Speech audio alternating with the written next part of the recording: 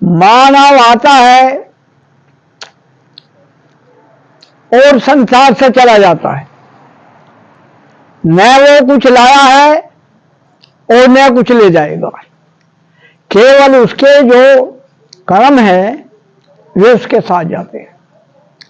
यहां करके मानव सुख की कामना करता है, और जिसको सुख समझता है वास्तव में यही दुखी बन जाते हैं। क्यों बनते हैं? तो सुखों का समापन है।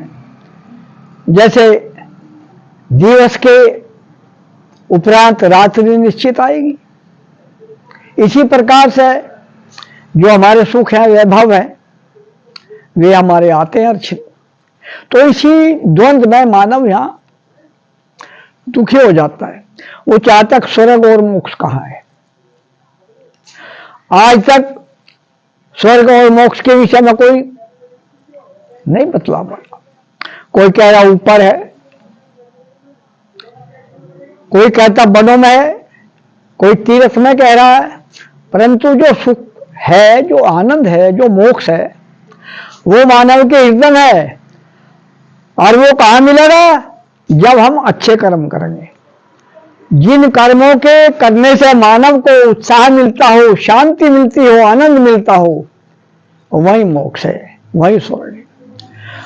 और कुछ लोग कहते हैं कि साधु सन्यासियों को राजनीति नहीं करनी चाहिए, दूर रहना चाहिए, परमात्मा का चिंतन करना चाहिए। यदि हम सब लोग अपने देश की सुरक्षा पर ध्यान नहीं देंगे तो विदेशी ताकत इस पर हमला कर देगी और देश का मनोबल गिर जाएगा। भारत की संस्कृति में एक विश्वास है कि साधु सन्यासियों पर बहुत विश्वास करते हैं, और मैं भी भ्रमण करता हूं तो देखता हूं बहुत सी बात ऐसी है। तो हम लोगों को जो सत्य ज्ञान है उसको बतलाना चाहिए। तो ये मैं लिखता हूं, स्वयं मुक्ति में चले यति मात्र भूमि पर तंत्र है। स्वयं मुक्ति में चले यदि मात्र भूमि पर तंत्र है, मात्र भूमि पर तंत्र है।